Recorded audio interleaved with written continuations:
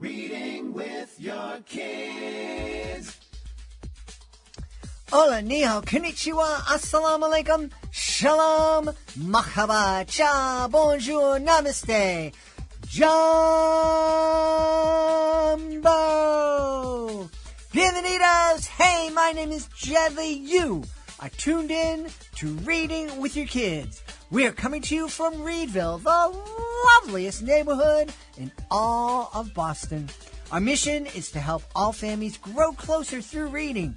And we do that by introducing you to the coolest authors, the funnest tales, and a whole lot of reading inspiration for the whole family. We hope that you will help us spread the word by telling all of your family and friends, your kids' teachers, librarians, principals, random strangers you meet on the street all about the show, and letting them know that they can hear us on the WREB AM/FM 24/7 radio network, and they can find us on the iHeartRadio app, on Spotify, Apple Podcasts, Amazon Music, CastBox, Good Pods, Player FM, Deezer. Wherever you find your favorite shows, you can find Reading with Your Kids. A really powerful show for you today. First up, Paula Schneider. She is the president and CEO of the Susan G. Komen Foundation. She is here to celebrate her brand new picture book. It's called Love Stays Strong. And later in the show, Mychall Sr. and Mychal Jr., the Mychals Conley Sr. and Jr. are here to celebrate a brand new picture book that Mychal Jr. wrote. It's called I Am a CEO, a Realistic CEO. Well, I'll let you know that this episode of Reading with Your Kids is also brought to you by We're Going on a Space Adventure, written by Marie Nichols. This is a Reading with Your Kids certified great read. Blasting off and speeding through space, Graham cheers to the moon and beyond. But Bracken quickly learns that Graham has a fear of flying and that he must manage control of the spaceship. On the moon, they narrowly escape a hideous monster as a crater explodes, and on Mars, they need to outrun Martian creatures or risk becoming their dinner. Hoping to find a friendlier planet, they decide to try Jupiter. Then clank, clank, clank, something is attacking the spaceship. You and your kids are going to love this book. It's fun. It's exciting. It celebrates intergenerational friendships, and we love those. We're Going on a Space Adventure by Marie Nichols. It is a Reading with Your Kids certified great read. This episode of Reading with Your Kids is also brought to you by Once Upon a Dance. Check out onceuponadance.com, especially if you are looking for books that move you, like literally. Once Upon a Dance turns story time into a dance-along adventure. Build confidence, create connection, and enjoy screen-free fun. With over 60 awards and 3,000 five-star reviews, these interactive tales inspire kids to jump, twirl, and imagine. Before you set off on your next adventure, please be sure to visit onceuponadance.com. Available wherever books are sold online. Once Upon a Dance. Join us right now from beautiful San Diego in California. Our guest is here today to celebrate her new picture book. It's a pretty powerful one. It's called Love Stays Strong. Please welcome to the show the author and the president and CEO of the Susan G. Komen Foundation, Paula Schneider. Paula, how are you? Welcome to Reading with Your Kids. Yeah, I am good. Thank you. How are you? Thank you for having me. I'm delighted to have you on. This isn't a book we're going to, as our recent guest Ziggy Marley said, get up and do some pajamming after we read it. I'm thinking this is a little more heavier than pajamming might be. Yeah, this is a book that is basically a tool. It's one that you never want to have to read to your kids, but if you do have a serious illness, whether it's mommy or daddy, because it is a children's book, it's started because I am a cancer survivor. And I'm the CEO, as you said, of Susan G. Komen, the breast cancer organization. And I was talking to young women who had been diagnosed, and there was probably 4 in 1 month that had been diagnosed, and they all had young kids. And a common theme was, I don't know how I'm going to tell my kids. I don't know what they can understand or not. And depending on the age of the kids, of course, that's very relevant. So I decided I was going to write a book as a tool to be able to help start the conversation about a serious disease or illness that mommy, and it could be daddy too, are going through. And so that was the impetus of the book. I'm a breast cancer survivor myself. I had to tell my own kids, who were a little older at the time. They were 11 and 13. But it's still a really, really hard conversation to have. It might even be harder when they're older because they realize how dire it could be, right? Whereas with young kids, you're trying to make them feel okay when they see something that's going on, so that they're not confused, and so that they can ask questions, and you're giving them the opening to do so. This is a very strange coincidence that we're having this conversation today. I said goodbye to a dear friend who cancer took from us. I have a very close family member currently in the hospital, like at this moment, getting chemo.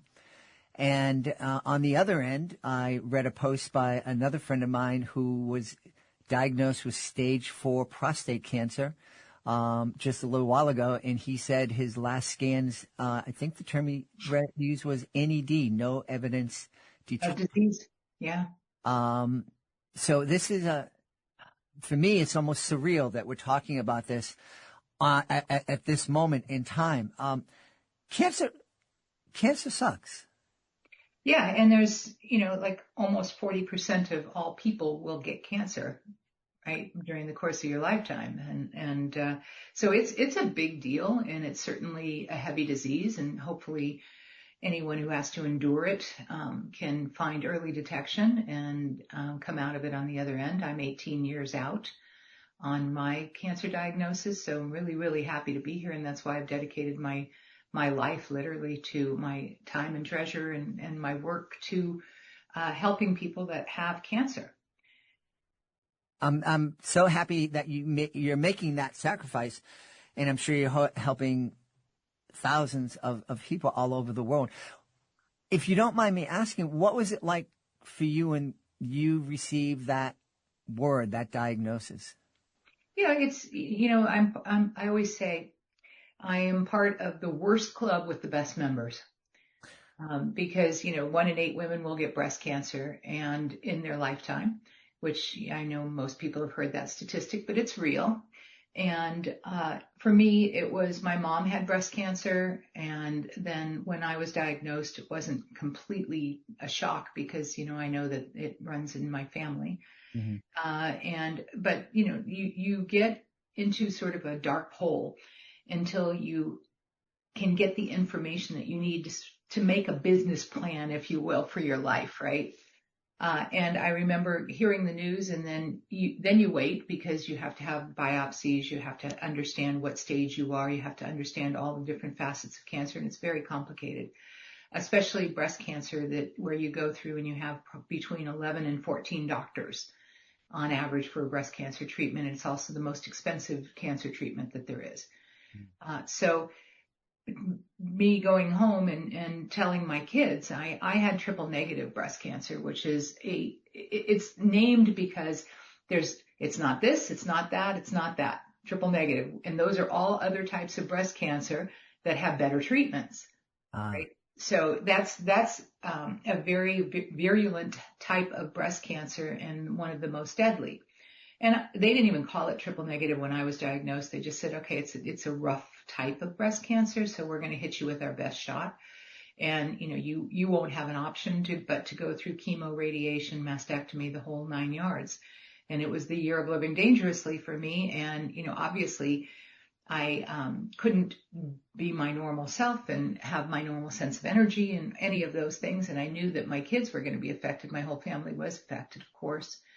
And having to tell your kids that you have a cancer diagnosis is one of the most difficult things that you could ever do.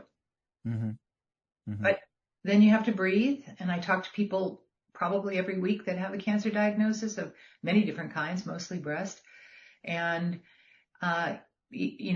knowledge is your friend. It's powerful. as soon as you can find out more knowledge and you can create what the plan is for your treatment plan, and you got to be more afraid of the disease than the treatment. I think that's hard for a lot of people to do because they hear, how difficult treatment can be. But I think that's really good advice. Yeah, well, dying from cancer is painful. So you might as well go through the treatment so you don't have to, and do it for your family. Yeah. Can you, and again, we hear the word cancer and we know that breast cancer, prostate cancer, but can you let us, just in very simple terms, because I'm not that bright, what is cancer? It's when your cells start to mutate in the wrong way, essentially, and your body can't tell that it's happening at the time, and then it becomes cancerous, and then essentially it can start to spread and take over your organs and et cetera. So you have to stop the spread. Mm-hmm. And when it's usually, hopefully, when you're first diagnosed, if there's anything wrong with you, whether you see a mole that looks funny or whether you feel a lump in your breast or you don't feel well in any other shape or form, be your own health advocate and get it checked out, because when something's not right with you. Mm-hmm. So, and then when that happens, if you do have to join this crappy club, then you just want to make sure that you are getting the best treatment that you can. So, it's becoming a bit knowledgeable and becoming your biggest health advocate. You are your biggest health advocate, and continuing on down the path. But, early detection, you've heard this 1,000 times, saves lives, but it's true. Yeah. It really is true. Yeah. And the book is really a tool. Mm-hmm. It doesn't say cancer in it. When I first had the idea, I was going to write it specifically from the view of someone who had breast cancer, who had to tell small children. And then I widened that to make it so that it's not just breast cancer. It's not just mommy. It's essentially giving you lots of different ideas and of how to have a conversation with your children that is not scary for them, but it tells them that there are things that are changing. And I sort of do it like the seasons, right? Because when you talk about, one of the pages shows a beautiful fall setting, and it talks about how, nature changes and everything changes, and look at what happens. And some of these changes are beautiful, because in the fall, the leaves turn all different colors. And it's a beautiful thing to see, et cetera. And then we go into winter, which winter has all of the branches are bare, and there might be times when I can't pick you up from school, or I can't make you your favorite snack, because everything is changing. But then winter sets way for spring, and spring is sort of a rebirth. And, so I use these metaphorical imagery to tell the story, and to also, talk about how dolphins, there's a page that has dolphins on it, and that dolphins are part of a pod. And the pod stays together, plays together, supports each other, and you have a pod. And how questions are really important, and questions can increase your brain power, and you can ask me anything. So, it's a very, very sweet book. I think it's probably one of the best gifts that anyone could give to parents that have an illness, that need to have a conversation starter with their children. And of course, it depends on the child, it depends on the age, et cetera. But if you have small children and you have any kind of illness or know anyone that does, give them this book, because it's literally just a tool, but it's a beautiful tool. Yeah. You mentioned a couple of times that this book is a tool for families that are dealing with this. One of the things that I love about books, especially kids' books, is that they can be windows, mirrors, and sliding glass doors. And obviously a kid being able to and family being able to talk about their own situation using a tool like Love Stay Strong is a beautiful thing. But I've talked on this podcast about using books about grief and talking to kids about grief before there's a need, to sit down with them and to start talking to them about the reality that there are things like serious illnesses and whatnot, and hopefully we're not going to have to deal with that, but there are people in our lives, there are classmates in our lives that are going to have to go through something like this. Do you think that would be a valuable use of your book? Sure. It's, it depends on the family. It depends on the disease. It depends on the child, and there are ways to bring that up. Like I said, I hope it's the book that no one really has to read their kids, but especially if they know of someone else's mommy or daddy that's sick or anything like that, that might be, a really good, helpful tool, because kids are sponges, right? I have two of my own, and I had to tell them. Mm-hmm. And so for me, I just think it opens up the dialogue in a non-threatening way, Mm-hmm. because it's already scary enough. And when moms or dads, anyone is concerned about not being there for their kids, right? That's the most important thing. This doesn't talk about grief, if you will, because it's, we're hoping that, I hope to God that everyone who reads this makes it out the other side and is healthy again to make their kids their snacks and pick them up from school and do all the things that they normally do to keep your family intact and happy.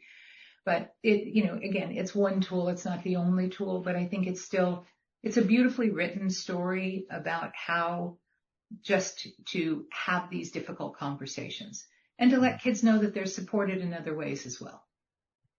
You've been an advocate for quite some time, and talking with adults. This book is talking to families and kids. Was it difficult for you to make that kind of switch in your brain? Not really. I mean, I never set out to be an author. This was just literally having talked to 4 women that were in their 30s that had all been diagnosed, and having that through line of how am I going to tell my kids, and they're going to see that a mommy's going to lose her hair and they're going to be scared and I just thought, God, there has to be a tool. And I literally looked online to see if there were any other books like this, and very, very few, if any.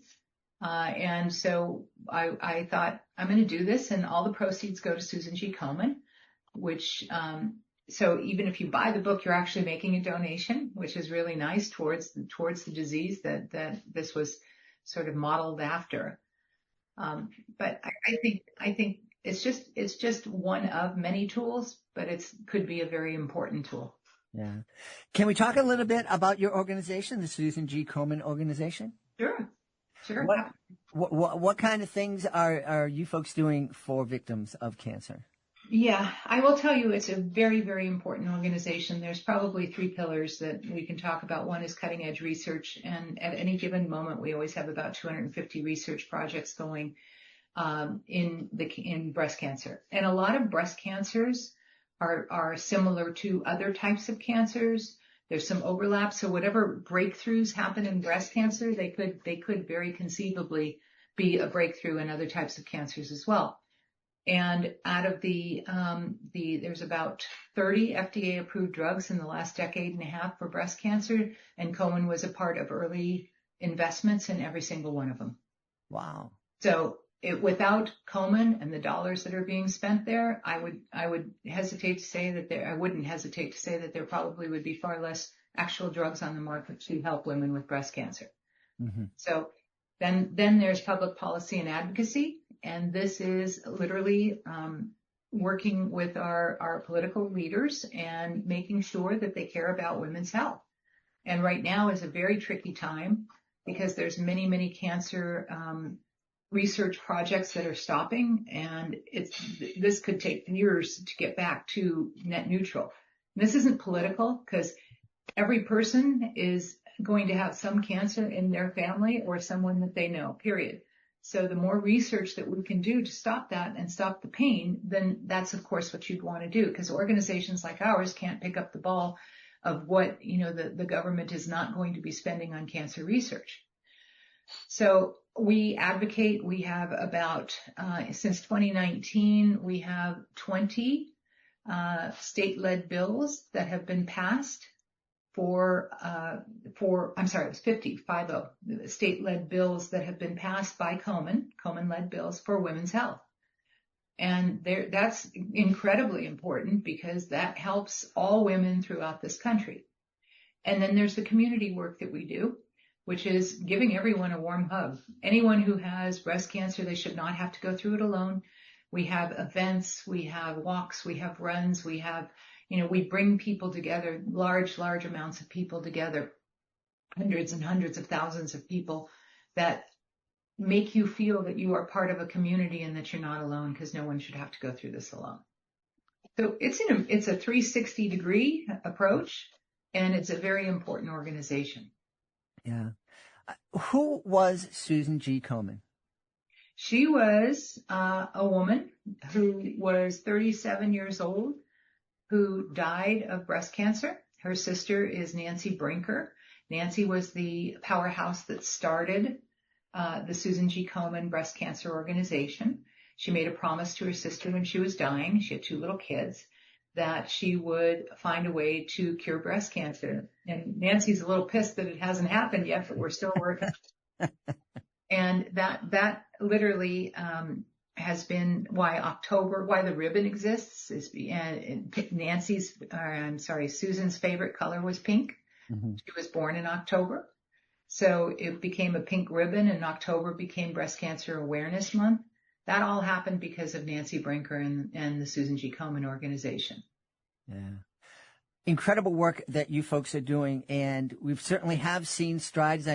I'm almost 100 right now. When I was a kid, and you didn't hear the word very much, but if you heard that somebody had cancer, that was it. There really wasn't a lot of treatment for them. And now it's not necessarily a death sentence for everybody who has to live. No. And the more research that's done, the more, there's nothing that's going to cure cancer other than research, really cash, because cash funds research. And then research can create the drugs or the treatments or the earlier detection or any of the multitudes of things that we work on. And we're not the only ones. There's many cancer organizations out there that are doing the same thing. But I do really strongly believe that the government should continue on with their cancer research, because they're bigger than anyone else.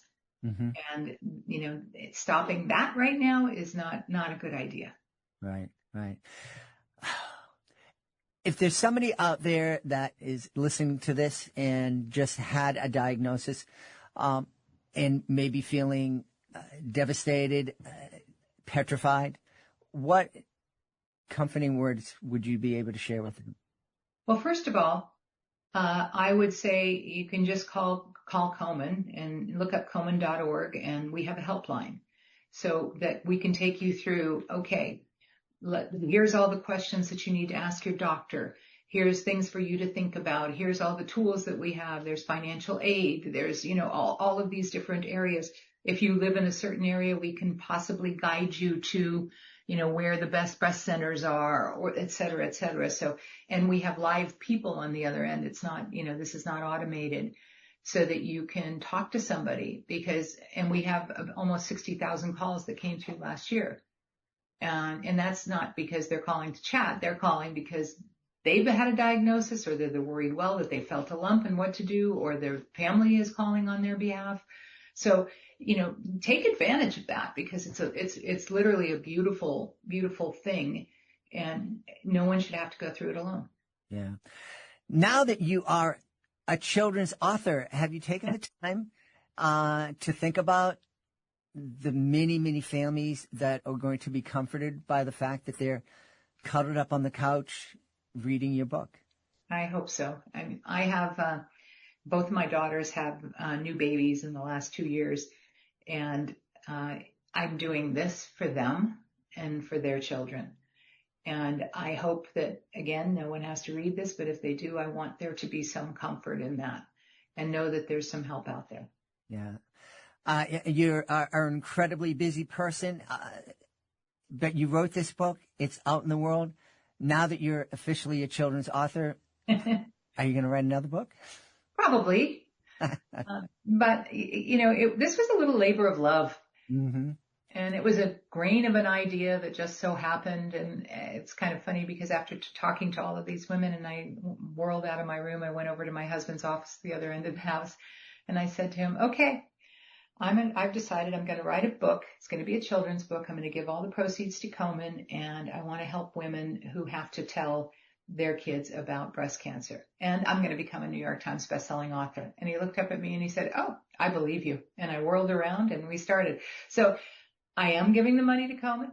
I did write the book. Now I just have to get to be a New York Times bestselling author. So people out there, if you want to help Komen, you want to help your friends, then, and help me to become a New York Times bestselling author. The more that we do that, the more money goes to Komen and research. Well, we've helped launch a couple of New York Times bestselling authors here in Reading with Your Kids. So, we are going to do our best, to make that happen. Tell everybody, please, where they can go to find out more about Love Stay Strong, find out more about you, and also find out more about the Susan G. Komen Foundation. Well, you can always go to Komen.org, but if you are just looking for the book, you can find it anywhere if you just look up Love Stays Strong by Paula Schneider. And it's in all of the regular book places that one buys books online. Yeah. You could have it sent to you by tomorrow. Yeah. And it's really a lovely book. The illustrations are lovely, and I'm very proud of it. So excellent. That's beautiful. And we always encourage our listeners to also go, even if you buy your own copy, go down to your local public library and request it so that they get it on the shelves. Yeah, because I think that would be really helpful. I know we have it in a lot of schools now for kids, to have a resource there, parents to have it for their kids, etc. But the more people that have this that need it, the better we are. Yeah. We've had a great time speaking to the author of Love Stay Strong. Our guest has been Paula Schneider. Hey, Paula, thanks for being on Reading with Your Kids. Thank you. Appreciate it. Hey, families, would you like to share a miracle with your kids? At the Wolf Conservation Center, hope was fading. The endangered Mexican wolves dreamed of a pup, but none had come. Until one tiny miracle changed everything. Meet Trumpet, a real-life wolf pup whose incredible birth brought joy, hope, and a lesson in conservation. Trumpet the Miracle Wolf, written by Leocadia George, is a heartwarming true story that will inspire your whole family. Teach your kids the power of hope, love, and protecting endangered species. Get your copy today and join the wild adventure. My guests are coming today from not too far away from our Boston studios. They are father and son, senior and junior. Please welcome to the show, Mychal Conley. Hey, Mychal Sr., how are you? I'm good. Thanks for having us. Appreciate you. Delighted to have you on. Mychal Jr., thank you also for joining us. Appreciate you for allowing us to come on your podcast, so thank you. Mychal Jr. is also a podcaster. We'll talk about that in a little while, but he's also the author of I Am a CEO, Realistic CEO picture book. I guess it's letting kids know that they can make their dreams come true. Am I right, Mychal Jr.? Yes, the book is definitely to help kids realize that their dreams can come true, but not only that their dreams can come true, but how they can make their dreams come true as well. Awesome. Now, I understand, Mychal Jr., that, and this is going to be, I'm going to drive myself crazy with Mychal Jr., Mychal Sr. But Mychal Jr., I understand that this came because a teacher told you one day that your dream of being a CEO was unrealistic. Yeah. So we had to pick a car based on our dream career for our project. And I wanted to be a CEO, not because that was my dream, but I also wanted to have the best looking car inside the whole project, my whole classroom. So I said I wanted to be a CEO. And then my teacher told me that to choose something more realistic. So I ended up defending my dream and said it was realistic. I ended up becoming a CEO for that project.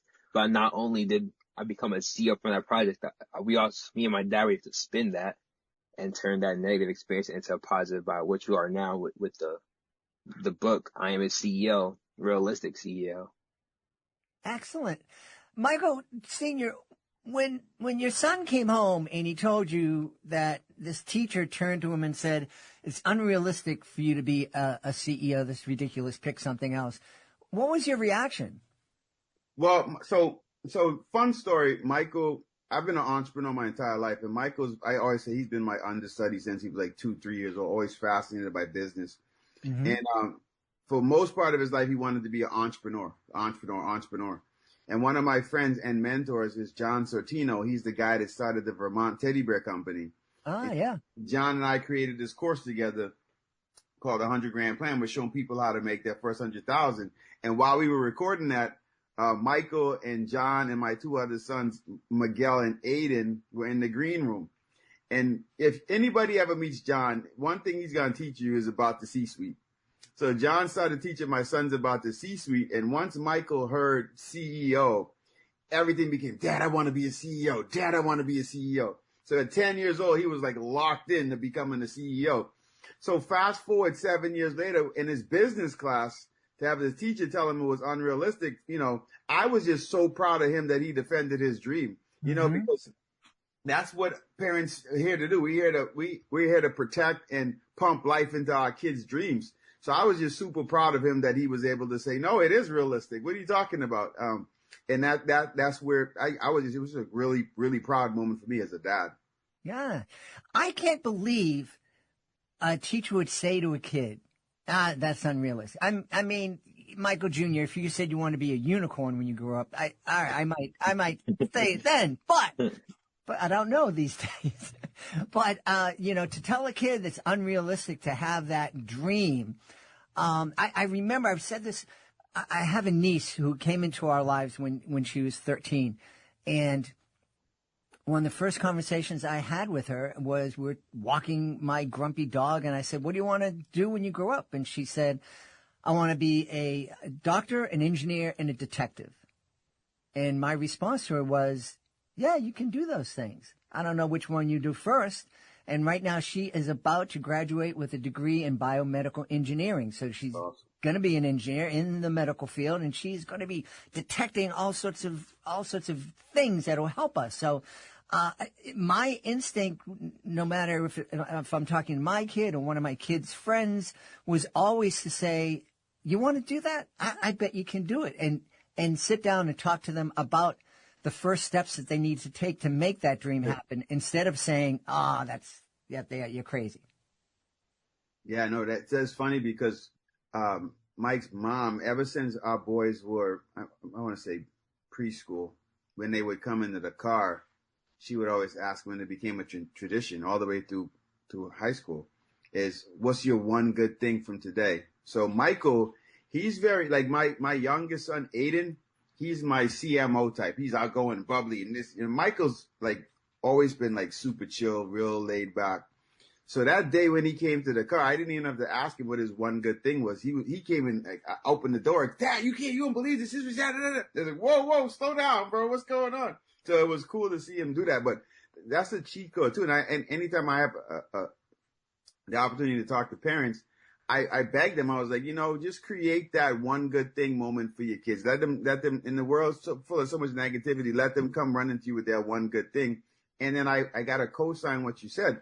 When our kids and the kids in our community share their dreams with us, the first thing we want to tell them is something encouraging. You would be a great XYZ. And like you said, give them the first step. So thank you for even bringing that up as well. I think it's super important. And we're talking to parents right now and teachers, and we're the ones that are going to inspire our kids. If we're telling them they can't do it or think about something realistic, it's not, they're not going to be able to do it. Yeah. So Mychal Jr., you became a CEO. What was the business you were CEOing? Yeah, so we ended up turning that negative experience you kind of talked about. We turned it into a multimedia company. So what I do is we have the publishing company, which is how we were able to get the Realistic CEO book out. We have a podcast where I interview successful CEOs, business leaders, and community leaders. I've done about 80 interviews in the past year, and we also have a magazine to go along with the podcast called Realistic CEO Podcast Magazine. And the goal of the magazine is to connect current leaders with the next generation of leaders. And really, so how it is we have a content where we shout out like teen entrepreneurs or teens that are doing things in the community, teens and younger. And then we have like the already established leaders, and we do content about them as well in the magazine.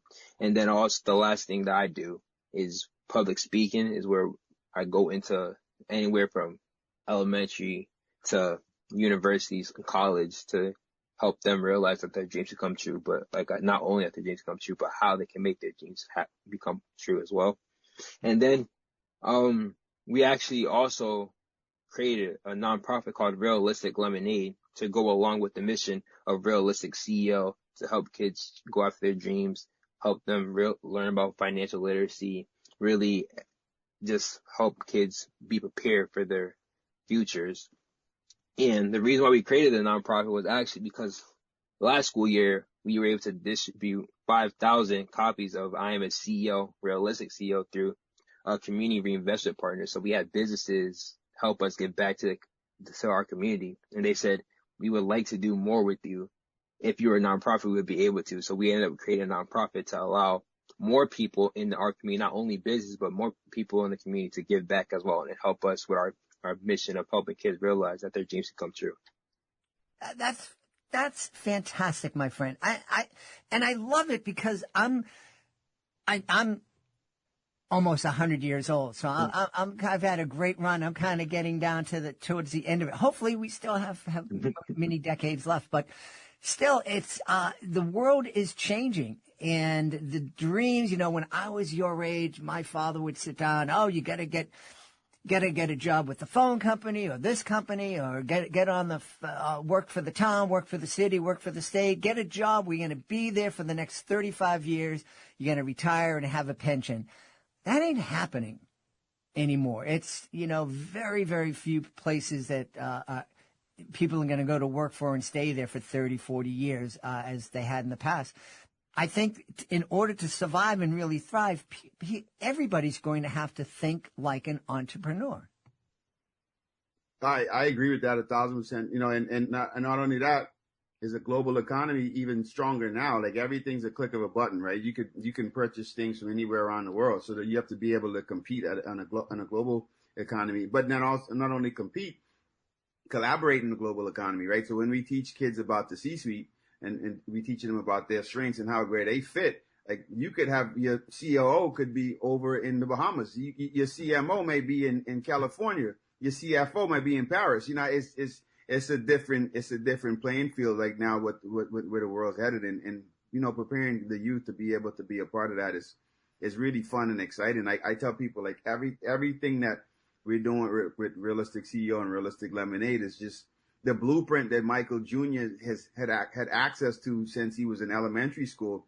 We're just opening it up for everybody else. And I think just as a dad, seeing him at 19 doing what he does.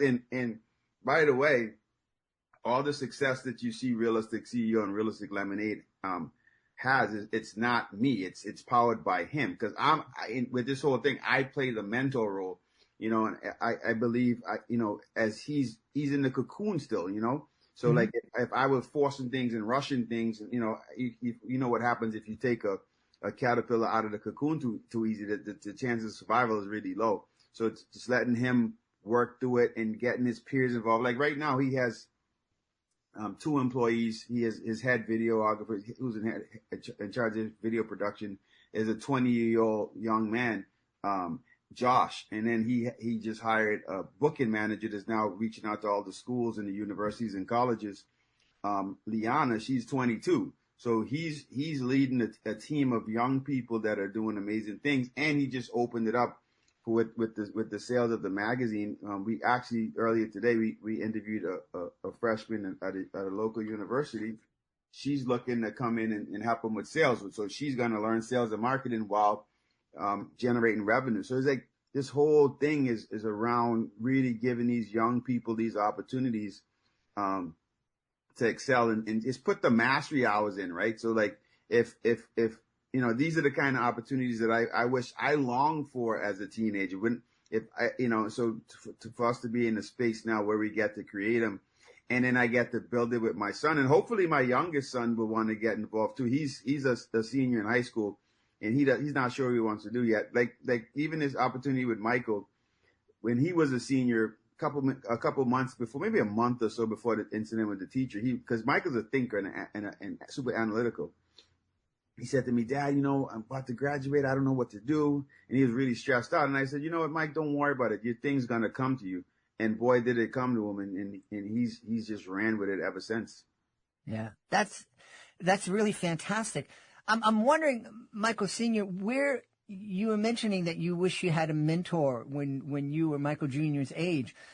Where did you get the knowledge or the confidence to go out and to become an entrepreneur yourself? Yeah, and if it's easier, people call me Mike and they call him Mikey. If that helps you, but no. So it's funny. Like my stepdad, when I was a young boy, he had a pest control business, and I kind of watched him, but I didn't think of him as an entrepreneur or a business person. You know, he was my dad doing his thing. But at age 9, before that, like I had to always read. Like reading was always super important in my household. So before I could play my video games, my Nintendo, I'm gonna date myself, I had to read something, but not only read, articulate something I read. And that's actually how I started to learn about guys like Mike Carriage from Yankee Candle and David Klein from Jelly Belly Jelly Beans and the Ben and Jerry's guys and Wally Amos from Famous Amos and then John Sortina from Vermont Teddy Bear. So those little fun stories about business kind of popped in my head. And I started my first business by accident at 9 years old. Candy company was selling a whole bunch of candy to the kids in the neighborhood. But like, I learned about entrepreneurship and fell in love with it just through reading. I thought it was really cool that people could take things like teddy bears and candies and candles and ice cream and cookies and make money. And then my entrepreneurial journey just evolved after that. Cause ultimately to me, all marketing is telling people about stuff they would love and buy if they knew it existed. And then all sales is telling them how much that stuff costs. And then all business is putting it all together to create a system to get people that want to need a product or service and get that service over to them. So it's a simple thing. Like I don't understand much in life and I don't think I'm really good at many things, but I'm pretty decent at marketing and I'm pretty decent at sales. And I think it's cool to be able to break it down in these simple ways for young people to learn. And I tell people all the time, had I not learned business at 9 years old, I would be horrible at it because business and marketing and sales is actually very, very complicated if you look at all the million ways you could do it. But because I learned it as a little kid, it's all simplified. And that's how I taught it. I always taught it as real simple to my sons. And when I go into the schools to speak, I always taught it as simple. And so all the books that we put out is just really simple. The goal of our books isn't necessarily for us to look smart. Like if someone reads our books and go, man, those two guys are really smart, I feel like we failed the reader. If someone picks up our books and reads it and they go, oh, wow, I could do this. This makes so much sense. Thanks for clarifying that. Then it's a win. And we see that a lot of the feedback we get from parents and teachers and professors and even deans now, they say, man, you really broke this down in a really simple way. But the best feedback is when parents start to, because they have messages on social, be like, anytime my kid has to read a book, I just want you to know they're choosing Realistic CEO. And that feels really, really good. Yeah. Hey, Mychal Jr., one of the things that we talk about here on the podcast, because we have lots of authors and lots of self-published and indie authors. We're really proud that we've given a platform to so many indie and self-published authors, is I tell them you need to realize that when you publish your book, you became the CEO of your small business. And if you don't look at that as a business, if you sit back and think, well, I'm an author and I don't have to worry about marketing, your book's going to sit on the shelf. What's it like for you going out there and promoting your podcast and your books and talking to young kids at school? How does that make you feel to know that you're inspiring the next generation of entrepreneurs? It makes you feel great. And honestly, like when I first started last year, if you were to ask me this question, I wouldn't even think that I was really being inspiring. Like I will go into these schools, I was speaking, like I see like the reaction, but I'm like, I didn't really realize it until like probably like this summer is like when I started to realize that what I'm doing actually is important and it's much needed, especially when a lot of times where you go on social media and you see the finished product, you don't see what they've been doing. So like it kind of demotivates you sometimes. So for me to be able to go into these schools and help them realize that their dreams can't come true and you can be just like the other people on social media that you see with all the success in the world, as long as you start today, you're consistent, and you truly find a why. Like, for me, there's been a lot of days where I wanted to quit, and being able to have a why of my mission, my why being bigger than like the doubts I have in my head, is really helps me go into these schools and really pump life into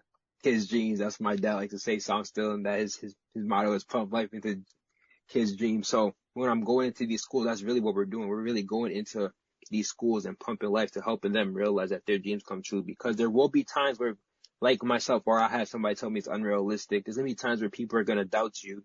And that's when you really have to dig deep and realize, is this something I truly want to do? Because if it is, those negative words won't be the end of it. But if it's not something that you want to do, it might have you leaving yourself with doubt and realize that maybe this isn't for me. So for me, when I'm really going to these schools, I want them to believe in themselves, because it's not easy. Honestly, like going after your dreams, it's not easy, but it's worth it at the end when you keep going and you see like all the small steps. Like I still got a long ways to go before like I'm truly where I want to be. But like when I'm looking back and I'm seeing all the small things that I'm doing in this past year of my journey of becoming the realistic CEO, it's super cool. So really, like, my biggest advice is to take the small wins and keep going, because there's going to be a lot of times where you have big losses, but you need those small wins to really help you keep going. And that's really what's helped me keep going, is being able to look and see all the small wins that will eventually be a huge win one day, that I'm going to be able to look back and be like super proud of, seeing all like the little things that I've been doing in this past year. Like, for example, 5,000 books distributed. That's a big accomplishment. But my big accomplishment in the next 5 years would be to be able to give away 500,000. Same thing with my podcast. I've been able to accomplish 80 episodes. My big dream is to interview Shaq. So like I have a lot of these small wins, to get to the point where I'm gonna get Shaq, I'm gonna get 500,000 copies, and that's when I'm gonna feel accomplished. But that's when I'm gonna be able to keep going, even though I feel accomplished right now. Don't get me wrong. But when I'm able to reach those big goals, that's gonna be like, wow. The times where I wanted to give up and I kept going is really worth it. And I'm going to be looking back right now. I'm going to be looking back at this interview after I get Shaq and 500,000. Like, I remember saying this on the interview of why what I'm doing is important. Awesome. Well, listen, my friend, if there's any way I can help you get Shaq, and I don't know him, but if there's any way I can help you get Shaq on your podcast, you let me know, and then you have to help him get him back on my podcast. Be cool. I'll tell you a story, Mychal Jr. When I started reading with your kids back in 2017, I was having fun. We had some again, mostly indie authors initially. And my son called me up one day and he said, you should have LeVar Burton on your show. And I said, yeah. And I should have $1 million in the bank too, but none of those things are going to happen anytime soon. And we had a laugh, and I hung up the phone. And about an hour later, after thinking about it, I thought, what's there to lose? And I found a website, and I reached out. And a couple of days later, LeVar Burton's wife contacted me, and he said he'd love to be on your show. And he came on the show, and he was the first Hollywood celebrity that came on the show. He was a great guest, a wonderful person. I learned a lot having him on. Since then, I mean, just in the last few months, I've had Ziggy Marley on the show. I've had Christina Perry. I've had New York Times bestselling authors on the show. And it all came from this idea. And I thought, why not? Let's give it a shot. And so I am confident that you are going to have, in fact, Mychal Jr., I hope after this, you get out and you start doing some research and you find a website that you can write to today or tomorrow, inviting Shaq to be on your show. Thank you. Yeah. I will definitely do that. Yeah. Let's, we have to tell everybody, and your dad would be upset if I didn't ask you this. We got to tell everybody where they can go to find out more about I Am a CEO, Realistic CEO, about your podcast and everything that's happening in the world of Mychal Conley Jr. empire. Yeah, so all the information, if you go onto the website, which is www.mychalconley, realisticceo.com. You can learn more about me and my journey. You can also watch every episode of the podcast, and then you can also order your copy of the Realistic CEO book and also our magazine as well. Awesome. And this is incredible. Dad, one last thing I bet you at the same time that teacher was telling Mychal Jr. that it was unrealistic that he was going to be a CEO, she was also probably telling kids in the class that, yeah, you should go to college and take out those $150,000 a year loan. And, oh, that's completely realistic. That's, no. Yeah, you know, it's funny because, so even working with the colleges that we work with, and we actually, and Mike could tell you a little bit about this story. We just did a business 101 class, and, you know, part of the leadership team we were working with, they said, man, I love what you're doing, because now when kids do make the decision to come to college, they coming in with a plan. So like understanding where they may fit in the C-suite or what they really want to do. So like now that education is now really an investment, not a guess, right? And then that's why too, even with the Realistic CEO magazine, we give college students opportunity to earn commissions from the magazine ads that they sell, sometimes up to 100% commission. So because the goal is to not only just teach, but to give these young people these opportunities, like just the crazy opportunities that I wish I had. And like, people always say, like, how do you do this, Mike? Like, well, just think about like the young you with the resources to actually execute all the crazy ideas in your head. So like, yeah, once again, the young person we was talking to today, she was just so excited to think that she may have an opportunity where she could knock down a lot of that college debt just by selling ads in the magazine. She thought it was like the greatest thing ever. So it's cool seeing these things start to come together. And then even the kids that want to be in the trades, right? And this is why it's so important. Mychal just did an interview with one of his best friends from high school who actually chose to go in the trades first. He's an electrician.